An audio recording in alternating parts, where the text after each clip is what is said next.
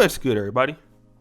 It's your boy, O'Shea Duke Jackson, back at it again with another episode of The Celebrity Junk.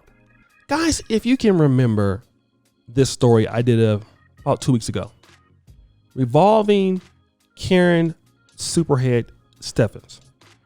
That's right. That was her name, Superhead.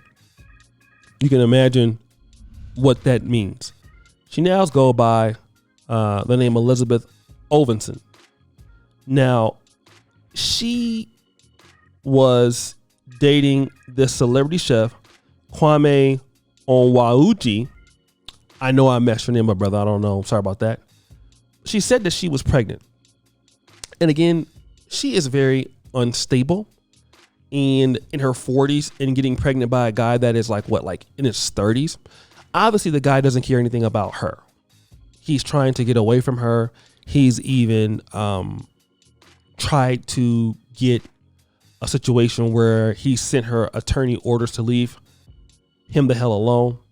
And for those of you who didn't see the breakdown of her video of her crying on the situation, I'm going to play that now, and then I'll come back. And I didn't have anything left after that. I'm about to bring you back around.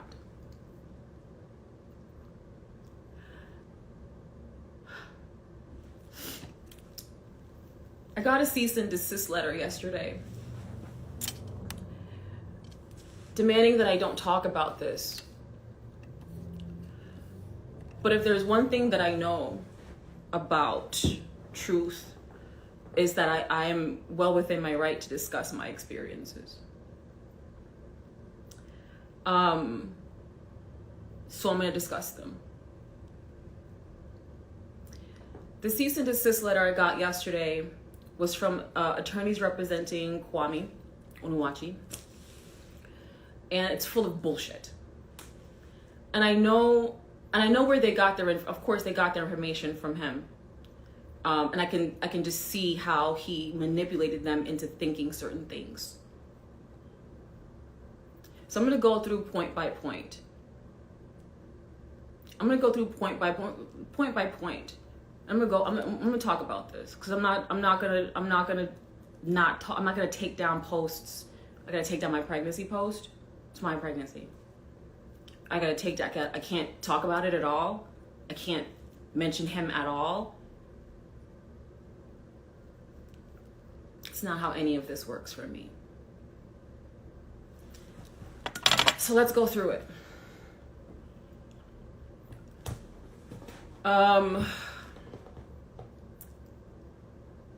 This is regarding I'm just going to kind of go through, I'm not going to read the whole thing because it's a lot, but regarding the outrageous, harassing, and defamatory posts I made on social media and elsewhere. Not sure where the elsewhere is. I'm also not sure what the outrageous, harassing, and defamatory posts are. One post said it was just announcing that I was pregnant and thanking him for supporting me, which, by the way, he wasn't. So I was just making him look good. And the other post was on stories when he went out with somebody at a fucking game, knowing I was at home on bed rest, fucking sick as a dog. Like, I just thought that shit was rude. And also distressful for me. Like, I'm already under crazy amounts of stress right now, which I'll discuss in a second. So demanding that I immediately remove my online posts, that's not going to happen. Cease and desist from making any further public statements about him, that's not going to happen in regards to our child. So that's not going to happen. All future correspondence intended for him, I'm not going through attorneys. That's weird. Not doing that either. My repeated efforts to contact Mr. Onwauchi from different phone numbers and or social media accounts. Hold on. Kwame texted me yesterday. Let's go through it. I'm just going to go through it with you. And there's a reason why I'm doing this, and I'll again, it'll all circle back around. We've been going back and forth for 2 weeks. Okay. So the way the story goes is that I had plans for New Year's Eve in New York with someone. That was not Kwame. But I wanted to see Kwame New Year's Eve, like after New Year's Eve. So I had already bought my tickets, did my thing, and I kept asking him, like, what are you doing New Year's Eve? Like, I need to see you New Year's Eve. I kept asking him that because I knew I had something to tell him, and I wanted to wait until after Christmas, after New Year's Eve, get the holidays out the way, and then have the conversation about being pregnant. So he kept saying, I don't know. He literally knew what he was going to be doing New Year's Eve and did not tell me. So I'm like, I need a block of time. I I need to talk to you. I'm in New York until the 3rd. I'm like, so if it's not New Year's Eve, can I see you the 3rd? Like, can we do something on the 3rd? He just kept saying like, no, I'm gonna be out of town. So I was like, you need to cancel your plans. After a while, I was like, you need to cancel your plans. I'm not canceling my plans, he says. I'm like, you need to cancel your plans. Now, mind you, I know what's going on, but he doesn't know. So I'm like, you need to cancel your plans. Trust me. Like, whoever she is, you could fuck her on the 4th, but I gotta see you between the 1st and the 3rd when I'm in town. Like, I don't care I don't care what you do when I'm not around. That's not none of my business. I have my own situation over here. Mind you, I got my own situation. There's a whole thing happening here. And we have an understanding. But we have a different kind of intimate relationship. So anyway. So guys, you've heard what happened there. All right. So now here's what typically happens in the black community. The guy doesn't want to deal with you. Okay? He doesn't want to deal with you. There's so many times where a man doesn't want to deal with a woman. And usually it's about how she acts. It's not so much, about what she looks like. But, you just have certain ladies out here who can really be problematic. Right?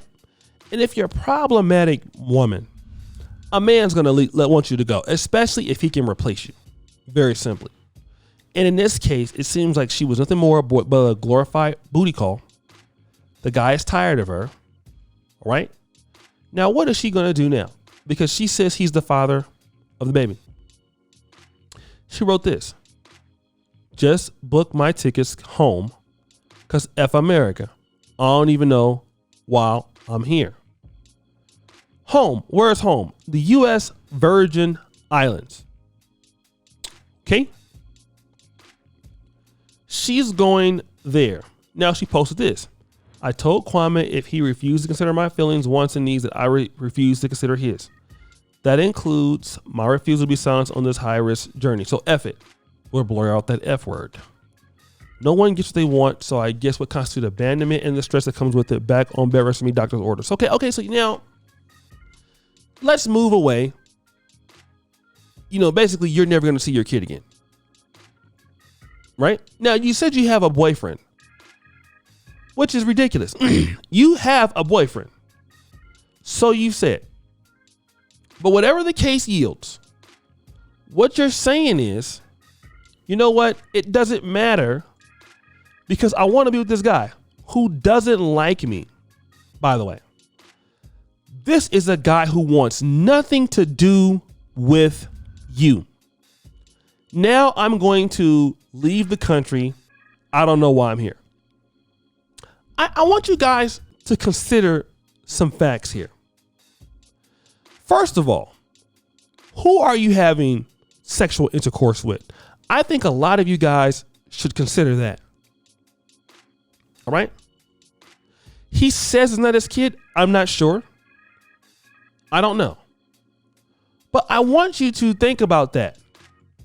People are crazy. All right.